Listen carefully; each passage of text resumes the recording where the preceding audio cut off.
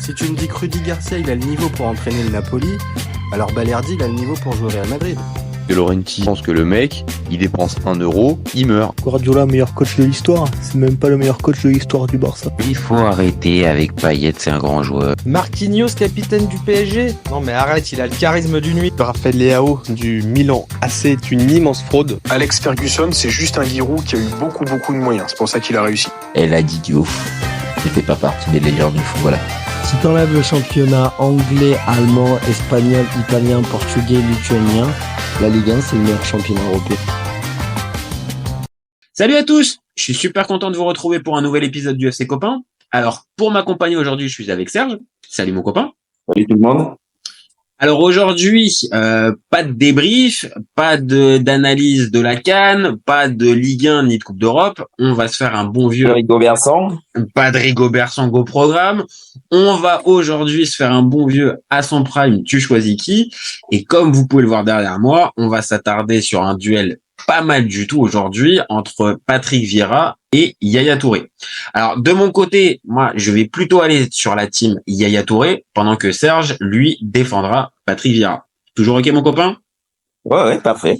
Bon, alors ce que je te propose pour ceux qui n'ont pas vu les précédentes vidéos, c'est de repréciser un petit peu le contexte. Donc on va confronter les stats en club et en sélection, les palmarès. Donc ça, c'est pour la première partie. Et puis dans la deuxième partie, on s'attardera un peu plus sur, on va dire, la sensibilité foot et on déterminera ensemble, qui était le véritable meilleur joueur entre Patrick Vieira et Yaya Touré. Bon, ce que je te propose, mon copain, dans un premier temps, c'est de rentrer dans le vif du sujet et de voir un peu les stats en club. Toi, de ton côté, Patrick Vieira, ça donne quoi en club? 650 matchs. Ouais. 56 buts, 72 passes décisives. Ok, bon, on est quand même sur des bonnes grosses stats, hein, quand même. 650 matchs en pro, en club, c'est costaud quand même, hein. Ah oui? Et en plus, 56 buts, un but, on est sur un but tous les 10 matchs, 72 passes décisives, pareil, hein. C'est pas mal. Moi, je te donne les miens. Moi, j'ai 626 matchs. Donc, on est globalement sur le même nombre de matchs en club. Par contre, moi, j'ai 103 buts. J'ai un petit peu plus que ton ami, que ton poulain. Quasiment. Ouais. Et j'ai 70 passes décisives. Et pas dans les passes d'ess sont similaires. Donc, les passes d'ess sont similaires. Plus de buts. Quasiment les mêmes matchs, les passes D, on vient de dire similaires, c'est juste les buts, on va dire factuellement, quand on regarde des stats comme ça, qui changent un petit peu. Ça nous montre un petit truc ces stats-là, c'est que peut-être Yaya Touré, il est placé plus haut. Il se ressemble physiquement. Ouais. Même au niveau des qualités de jeu, parce que Vieira c'était vraiment un sacré footballeur. Alors. Moi, je pense que c'est l'histoire du jeu qui fait que Vieira de nos jours, ce serait un Pogba, ce serait un Pogba, ce serait un Yaya Touré, quoi. Je pense qu'il serait plus mis actuellement, on va dire en 2024. Dans le foot actuel, tu le mettrais un peu plus devant, quoi. Voilà. Après, il jouait à une époque où il y avait des vrais 10. Et des ailiers, donc on n'avait pas besoin que le milieu fasse du dépassement de fonction. C'est ce que j'allais te dire. Mais lui, il symbolise aussi un peu ce dépassement de fonction parce que un changement d'époque. Voilà. Et dans cette époque-là, on va dire, comme tu as dit, il y a ces fameux numéros 10 qui sont quasiment présents dans toutes les équipes. Et donc, on va dire, cette partie-là, elle est plus visible, on va dire, pour des joueurs offensifs. Là, un joueur comme Vieira qui est placé comme numéro 6 à ce moment-là, on n'attend pas de lui qu'il soit là dans les 20 derniers mètres pour faire la dernière passe. Et pourtant, c'était sa marque de fabrique, hein. Et pourtant, et en plus, je pense en plus, c'est ton poulain, mais faut être clair, il avait assez de qualité pour pouvoir justement se retrouver dans cette zone-là, dans les 20 derniers mètres, soit par une frappe ou par une passe. C'est sa signature. Moi, je pense que même il a été une inspiration pour pas mal de milieux défensifs par la suite. Peut-être pour mon Yaya Touré, hein. Peut-être que pour mon Yaya Touré, un pas de Vieira a été une inspiration, hein. Ouais, il y a de fortes chances parce que même profil, 1m92 pour Vieira, 1m88, il pouvait se bagarrer parce qu'il y a eu des duels avec Roy Keane, mais c'était pas la première qualité de son jeu, du moins. On le reconnaît pas parce que voilà. Non, mais après, t'as raison aussi de le préciser. Dans ces stats-là, moi j'ai été regarder un petit peu au niveau des rouges. Bon, des cartons jaunes et des cartons rouges, il y a un peu plus de rouges du côté de Shepa Vieira. Encore une fois, assez logique. C'est-à-dire, vu la place qu'il a sur le terrain, il était à certains moments obligé, on va dire, de couper ou de casser. Là où un Yaya Touré, on va dire, dans son positionnement, et ça se voit au niveau des buts, je pense, est peut-être un poil plus haut. Et dans cette évolution que tu viens de décrire, oui, à certains moments dans le Grand Barça, il va jouer comme numéro 6, mais quand il va partir du Barça, et même avant l'époque Barça, c'est plus un 8, voire 10 dans l'esprit. Il y a qu'au Barça, en fait, où il est obligé parce que là, je regarde au Barça, il marque vraiment pas au Barça. 6 buts. Ah oui, oui. 118 passes, 118 matchs. On va pas dire que le Barça l'a méprisé parce qu'on serait exagéré là, mais ils l'ont mis dans un rôle vraiment restrictif. C'est ça. Et je pense que c'était aussi un endroit où, mine de rien, on va dire peut-être, comme tu as dit, cette évolution-là du football où doucement mais sûrement, on va dire, on a des joueurs offensifs qui peuvent prendre cette charge. On est encore au carrefour parce que 2009, le 10 existe encore dans pas mal d'équipes.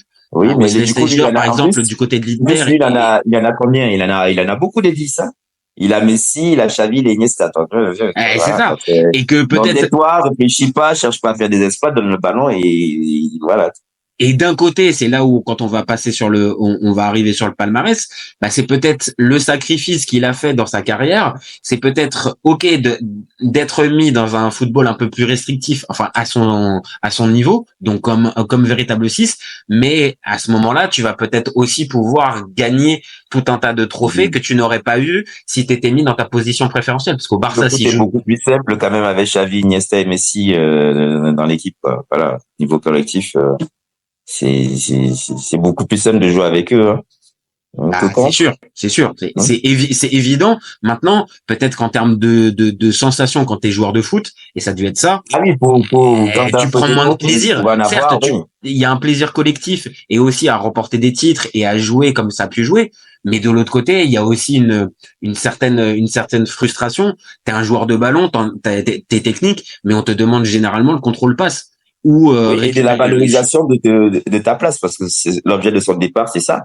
C'est que dans le Barça, il était très important, surtout dans les matchs un peu fermés. Mais comme il y avait Xavi, Iniesta et Messi, tu avais l'impression, c'est la même impression que Samuel Eto'o et Thierry Henry ont eu, qu'en fait, il m'écrit quelqu'un d'autre, ça passerait pareil. Il y a eu un temps où j'ai plus exactement, mais un Seydou Keita. Je pense arrive peut-être après Yaya Touré, où ils arrivent en même temps. Il fait doublure. Et il fait doublure, et après Yaya part, et on essaie d'installer Seydou Keita à cette place-là. Et il y a ce côté, ce que tu viens de dire, c'est-à-dire, si c'est pas Yaya qui va le faire, ça va être un autre, et on va trouver.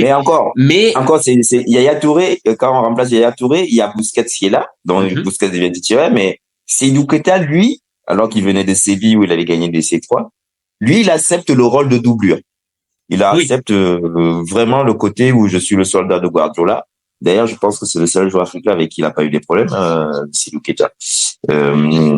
Mais oui, j'accepte le rôle qui m'a été confié. Voilà, je rentre pour les fins de match difficiles ou pour mettre un peu de pied et apporter un peu de dimensions physiques tout en restant un joueur très technique. À la différence d'un Vieira qui a toujours été globalement dans tous les clubs où il est passé, qui a toujours été, hormis peut-être sur la fin de sa carrière quand il arrive à City, qui part de l'Inter, mais il est à chaque fois déterminant et impactant, et on ne se pose pas la question de son positionnement. On le prend, il est dans l'équipe, il est titulaire indiscutable, que ça soit en sélection ou en club, que ça soit Arsenal, Juve, et il est même vital. Inter, pareil. Il est même vital, tu vois. Il est même vital, c'est ça. Il est même vital. Alors peut-être que là où on va pouvoir arriver un peu plus à les séparer, c'est peut-être avec la sélection.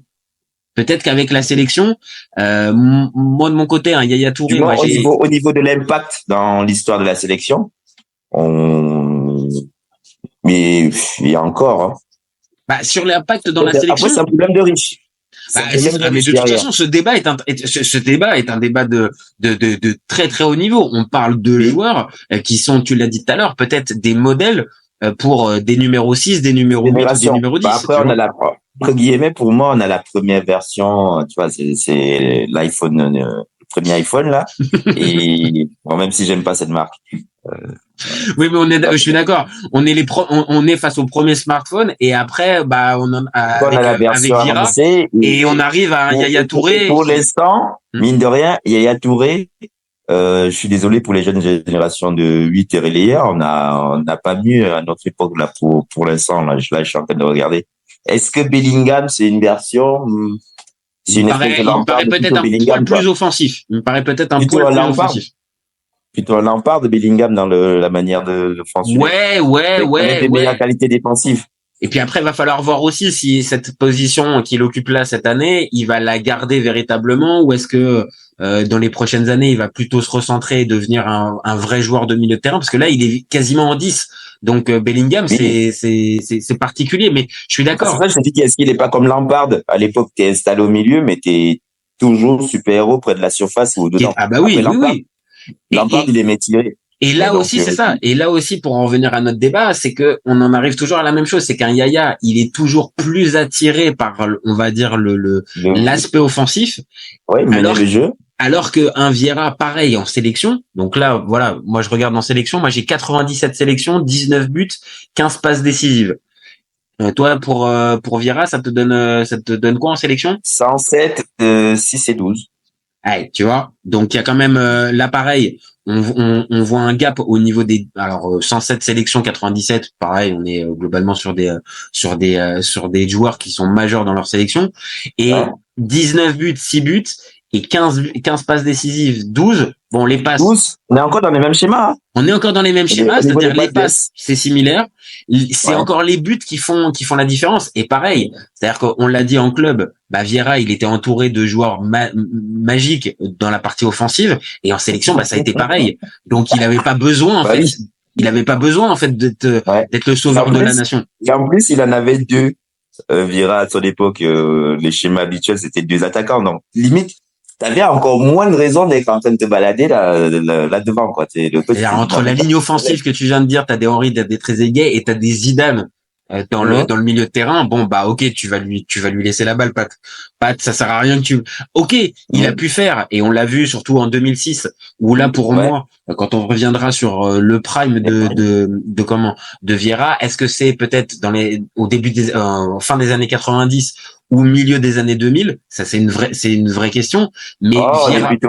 on est plutôt moi je dirais c'est le croisement de 2000 gardons encore un petit peu le suspense sur le prime, mais encore une fois Vieira dans son expérience avec l'équipe de France, hormis je te dis 2006 où voilà, il est vraiment impactant dans le jeu, je trouve encore plus dans le jeu offensif. Je me rappelle de son match contre l'Espagne par exemple où vraiment il fait masterclass, mais avant oui, encore une fois, on vient de le dire, t'as un Zidane, t'as des Henry, t'as des Trezeguet et t'as des Pires et tout ça. T'as pas besoin, en fait. Patrick, on va t'attendre dans le registre défensif. T'as des champs, quoi. Tu as des champs, des fois, tu te dis, qu'est-ce que tu... Des fois, je suis assis, je dis, mais on a vécu une époque du foot où c'était effrayant, le talent, quoi. C'est limite, c'était inhumain. Des Michael Owen, des Deschamps, tu les fous maintenant, on leur fait des statues à tous les matchs. Non, mais c'est ça, mais même des Anelka 98 qui est pas pris pour le mondial alors qu'il est meilleur buteur de la première ligue. Tu peux, et on peut aller par là, sur plein d'exemples. T'as raison. L'équipe de France, faut bien repréciser à cette époque-là.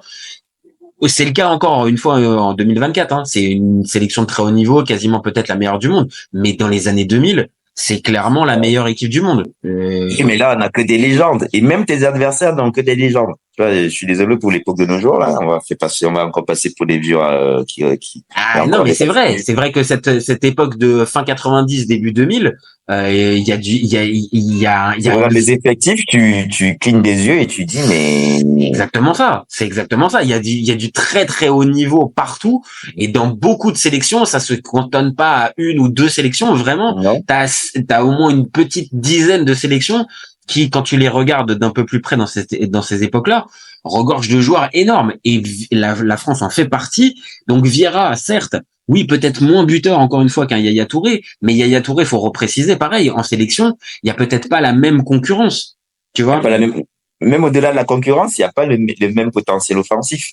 Il a joué avec des bons joueurs. Hein. Drogba, évidemment, on pense principalement à Drogba, mais à côté, des joueurs comme Salomon Kalou, les frères Kalou, c'est des bons joueurs, mais clairement, c'était des ailiers. Tu vois, c'était des ailiers. Et on ne parle pas du tout du même niveau que ce que t'as pu avoir, à ce qu'a pu avoir Poulain. Oui, tu vois, Henri Trezeguet, c'est pas la même chose que les frères Kalou, hein. Clairement. Mais dans tout ça, on avait débattu de ça durant la CAN. Il n'y a pas de meneur de jeu. C'est lui qui est obligé de faire quelque chose au milieu. Parce que là, on est en train de parler d'ailier. Lui, Vieira, lui, il a joué avec Zizou quand même, tu vois. Et comment on va dire, il n'y avait pas Zizou, t'avais Mikou ou quelqu'un d'autre qui essayait. Donc voilà. T'as eu Djorkaeff aussi jusqu'en 2002 qui est là. Et puis encore une fois, t'as des joueurs comme Viltord qui peuvent être là, des joueurs comme Pires. C'est des joueurs énormes, mais encore une fois, c'est des légendes de l'équipe de France. Que des légendes. Donc là, encore une fois, je pense que Vieira est mieux entouré, et donc ça peut aller, on va dire, sur le palmarès. Autrement. Oui, ou entouré autrement. On va dire de joueurs d'autres profils qui lui permettent, on va dire, peut-être certes d'être plus restrictif dans cette partie de récupération de ballon, mais par contre, voilà, c'est bien huilé. Ça fonctionne et sur le papier, quand on regarde un peu le palmarès, voilà, je pense qu'on peut y arriver. Moi de mon côté, un Yaya Touré, moi j'ai une CAN. Ouais. Des finales de CAN perdues quand même. Hein. Il y a des finales, il y a finale de CAN perdues, mais en sélection j'ai une CAN disputée, enfin une CAN remportée et 6 CAN disputées et 3 Coupes du Monde. Donc c'est encore une fois, pareil, ça montre bien la longévité d'un Yaya Touré. Mais c'est surtout que sa période correspond à la présence de la Côte d'Ivoire à la Coupe du Monde. Et c'est ça, il est vraiment, il a symbolisé aussi justement cette montée en puissance de la Côte d'Ivoire à partir de 2006, qui fait 3 Coupes du Monde consécutives, 2006, 2008, 2006, 2010 et 2014, et il est présent pour les 3. Là où peut-être un Vieira, peut-être que son histoire avec l'équipe de France, c'est un peu dommage comment elle finit par s'écrire. Oui, mais c'était quand même, alors, il était dans une génération où il y avait que des capitaines. Après, pourquoi tu dis que c'est dommage comment elle finit l'histoire? Parce que je trouve, j'ai regardé un petit peu Vieira pour faire la comparaison, et quand on regarde Vieira, mine de rien, il commence très fort avec les Euros et les Coupes du Monde, et jusqu'à 2006, rien à dire. Par contre, il fera pas la Coupe du Monde 2010. Bon, tant mieux pour lui. À la limite, tant mieux pour lui quand on sait comment ça s'est terminé, mais il refait pas de Coupe du Monde. Et 2008, il est pris dans la liste des 23, mais par contre, il disputera aucun match. Donc, oui, mais pour 2008, on sait qu'il est le coach, hein, tu vois. Oui, et puis il était blessé. Je me suis rappelé aussi qu'à cette époque-là, il est pris dans pareil, tu as vu Vieira qui est blessé à la finale de Coupe du Monde, on a vu ce que ça donnait, hein, donc, C'est vrai, t'as raison, et ça peut rejoindre ça. Maintenant, sur le palmarès, on va dire, purement sélection, je pense que Vieira l'emporte. T'as une Coupe du Monde, t'as un Euro, une Coupe des Confédérations et une deuxième finale de Coupe du Monde disputée. Bon, j'ai pas ça en stock pour un Yaya Touré, mais il y a une CAN. Yaya Touré, on peut pas trop débattre dessus parce qu'on sait qu'il peut pas, tu vois. Mais sur la sélection, ton Poulain l'emporte. Je pense qu'après sur le palmarès en club, bon, moi je vais aller sur le mien. Moi j'ai 2 Ligas. J'ai combien de premières? 3 premières ligues. 3 premières ligues. Une Ligue des Champions. Oui. Attention, ça c'est quelque chose qui peut faire la diff. Et puis après, il y a des coupes de la Ligue anglaise, des super coupes d'Europe, Ton Poulain, il a 3 coupes de la Ligue anglaise, une FA Cup, une coupe de roi, une coupe d'Espagne, un championnat de Grèce, une coupe de Grèce. Donc un championnat du monde des clubs. Donc c'est assez sympathique entre guillemets pour et le mien. Et voilà. Et le tien, ça donne quoi? Il y a Coupe du Monde Euro. Combien de premières ligues? 3 premières ligues. Ah ouais, 3 premières ligues quand même. Ouais. 5 Serie A. Ah ouais. 5 Serie A. Ah ouais. Avec l'Inter. Hein. On compte pas les Non, des autres. Dieu merci, tu vas pas nous compter la période Je Mojipoli. dis ça au cas où. Ah non, mais compris. t'as raison. Non, mais hein. pour les jeunes, t'as raison de repréciser pour les jeunes qui verront cette vidéo. Les titres de 2005 et 2006 ne figurent pas dans cette période-là.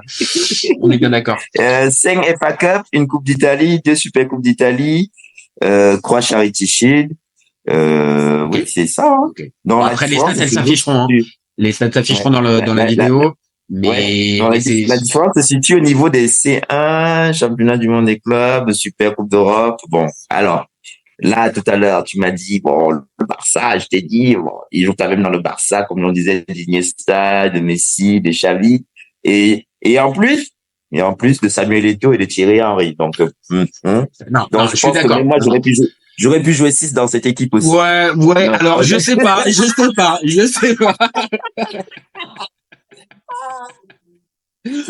sais pas si on peut aller jusque-là. Les Ivoiriens, vous fâchez pas. Hein. Mais je suis d'accord. Non, mais je suis d'accord avec toi. C'est-à-dire que dans cette Dream Team-là, de 2009, bon, oui, j'ai envie de te dire que... En fait, si je suis de mauvaise foi et que je suis pro Premier League, on a assisté à l'un des pires matchs de l'histoire de l'arbitrage contre le Chelsea. Voilà. Donc, cette Champions League, elle est volée. Hein, je peux me faire du Mohamed Eni. Non, mais c'est vrai. Non, mais attends, ce match-là, franchement, ça mériterait même à un moment donné qu'on fasse un débat sur ce match-là pour ceux qui n'ont pas la ref. Vraiment, c'est un Barça, c'est un Chelsea Barça. Parce qu'on parle de Gassama, de machin, je pense que même les pires arbitres j'allais dire. Attends, j'en ai un en stock on en parle assez souvent sur la chaîne, mais Corée du Sud, Italie 2002. Oui. C'est quand même très très fort en termes d'arbitrage foireux. C'est quand même très très fort. Mais je suis d'accord avec toi. Le Chelsea Barça de 2009, le retour à Stamford Bridge avec le fameux It's a fucking disgrace de. Oui, mais là et on n'en parle pas assez de ce match-là en fait. Pour moi c'est un match qu'on met sous silence, mais en plus, l'arbitre l'a reconnu, l'a reconnu quelques années après. Il est passé. Mais il a reconnu quoi? On aurait dû le dégager. Il devrait être en prison. Ah, mais il a arrêté. Ah non, mais je te rassure, l'UEFA s'est occupé de lui. À la différence de l'arbitre de la remontada Barça PSG qui continue d'arbitrer et des matchs. Mais il a quand même eu sa période où il a été banni pendant un an ou deux là. Oui, mais sauf que là, l'arbitre en question du Chelsea Barça, derrière ça, la carrière elle est terminée. Il y a plus rien. Là, tu peux pas faire autrement quoi. Malheureusement. Mais malgré ça, je suis d'accord. Je partage avec toi l'opinion sur ce fameux Chelsea-Barça. Maintenant, n'empêche que le Barça emporte cette Ligue des Champions. Et si on pinaille un petit peu, c'est juste sur ça qu'on va pouvoir faire la différence. Et le fait, c'est que sur Vieira et Touré, c'est qu'il y en a qui remportent la Champions. Ouais. Oui. Et après Vieira, c'est un peu la symbolique de l'impuissance d'Arsenal d'exister sur la scène européenne. Mine de rien pendant des années quoi, parce que ça perd contre Valence de John Carew, ça perd même une finale de coupe UEFA contre Galatasaray. Galatasaray, oui. Ça perd au péno. Il y a pas de titre européen et même après quand il part à la Juve, à la Juve à cette époque-là, non, il y a pas de titre. Et à l'Inter de cette époque-là, qui est entre guillemets en reconstruction, mais c'est quand même une équipe de ah non, c'est une équipe de boucher. Ah non, mais c'est une équipe de grands malades. Ils récupèrent en plus des Figo à droite à gauche, il y a des Stankovic qui commencent à arriver. Enfin, des Stankovic, du Zanetti qui est encore là. C'est ça, il y a des joueurs énormes, mais sur la scène européenne, l'Inter de cette époque-là est encore bloqué. Que ça soit Mancini qui arrive. Ils ont des adversaires aussi quand même. Ils tombent sur des adversaires, mais pareil, tu parles d'un Arsenal qui perd contre Valence. Je me rappelle de l'Inter qui perd aussi contre Valence dans ces époques-là.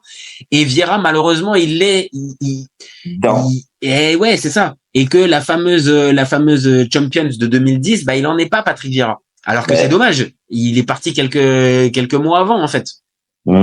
Bon, il était quand même un peu rincé déjà, le tonton. Il arrête la carrière en 2011, c'est pas pour rien. C'est un peu ça. Là où on est obligé quand même de constater qu'un Yaya Touré, mine de rien, on va dire dans la globalité, dans la régularité, il arrive. Alors peut-être sur la fin à City, il est peut-être un peu plus sur le déclin.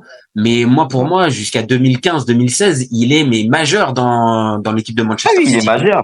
Il a 4 fois Ballon d'Or africain, 2011, 2012, 2013, 2014. C'est pas mal, c'est pas rien ça, hein. C'est pas rien. C'est pas rien. Après le 2011, vu qu'Eto vient de remporter la C1, il est toujours à débattre, même si les gens ils disent que bon, c'est le Prince qui a fait pas mal de taf.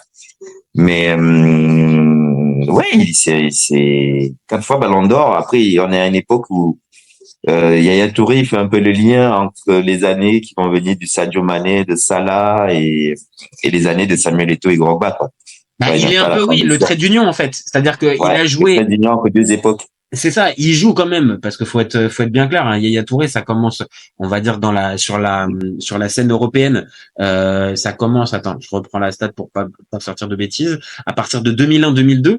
Donc, globalement, où là, la période où Vieira est déjà installé comme une référence. Mais par contre, Yaya Touré, je regarde pareil pour pas me dire de bêtises. Il met des années quand même, hein. Il met des années, mais il va durer jusqu'en 2019. Alors 2019, bon, on va peut-être pas trop compter parce que il part en Chine.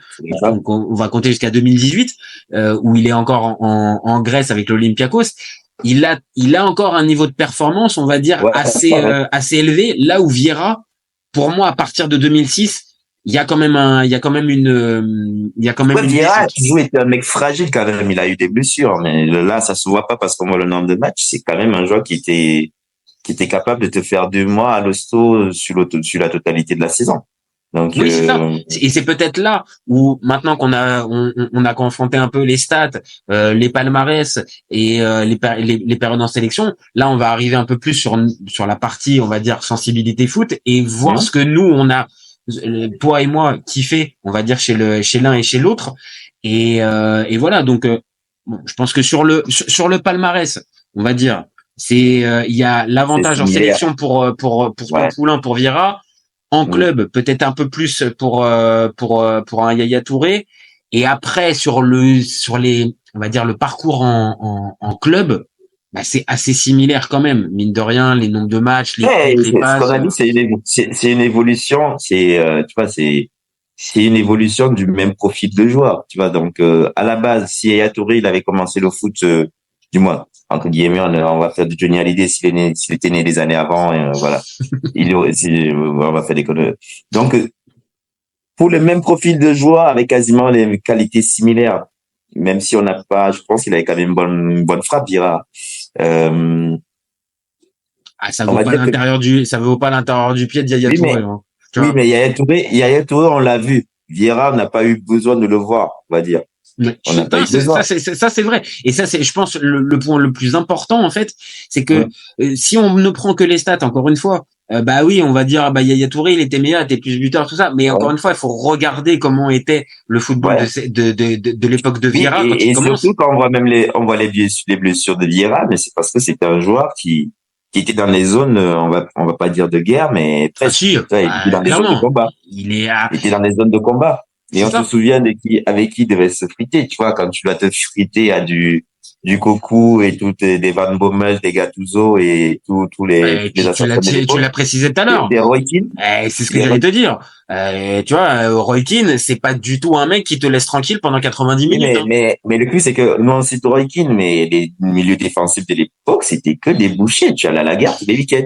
Là maintenant, si t'en as un. Et encore plus en première ligue, hein, parce que c'est la première ligue des années 2000, même fin des années 90. Il y a pas que des artistes dans tous les clubs. Hein. Il y a vraiment des gars, c'est des bouchers, des Denis Wise, des gars qui. Quand t'as pas des bouchers, tu joues en Champions League et tu dois te taper du Gattuso, de Lambrosini. Non, je suis bien d'accord.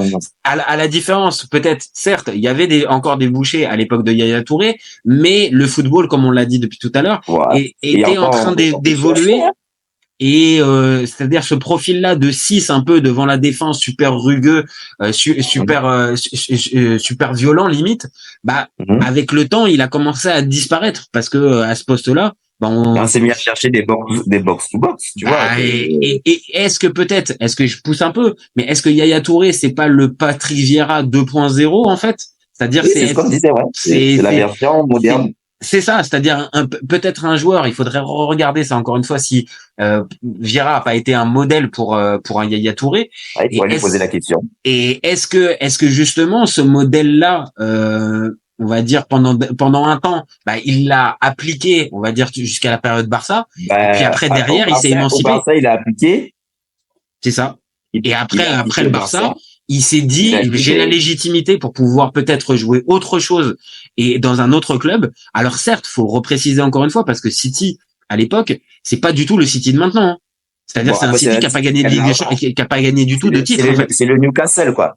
Ah oui, voilà. Quand il y va, c'est Newcastle. C'est ça. C'est un club de nouveaux riches où il y a tout à construire, mais c'est pas du tout le club installé dans le haut du tableau. Certes, il y a déjà des Agüero et tout ça. Tu te souviens de la ligne d'attaque quand même?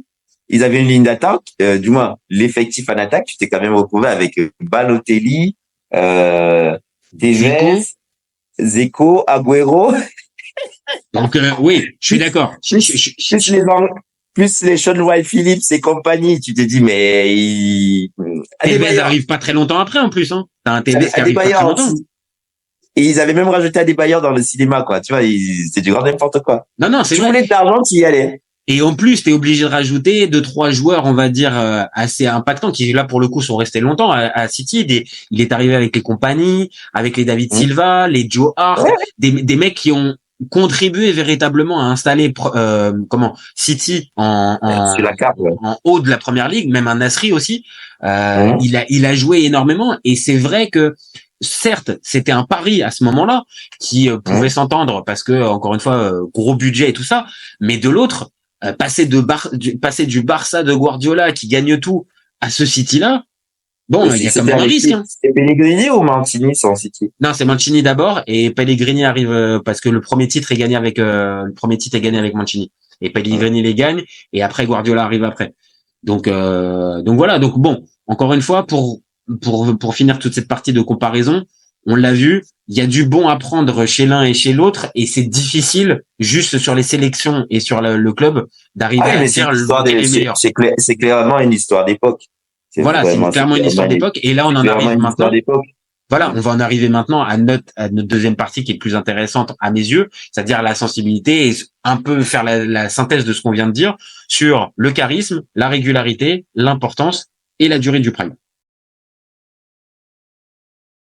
Tu lui enlèves la vitesse, Vinicius est un joueur moyen. Mbappé là pour les pépettes et pas forcément pour la compète. Si tu me dis que Rudy Garcia il a le niveau pour entraîner le Napoli, alors Balerdi il a le niveau pour jouer au Real Madrid. Je rappelle Léao du Milan. C'est une immense fraude. Deschamps est jamais aussi bon que quand il fait du Deschamps, de la rigueur. Le débat qui est le meilleur entre Messi et Maradona, alors qu'on sait tous que le meilleur 10 argentin c'est Riquelme. Après moi je conseille à aucun joueur d'aller au PSG déjà de base. C'est Laurent qui pense que le mec, il dépense 1 euro, il meurt.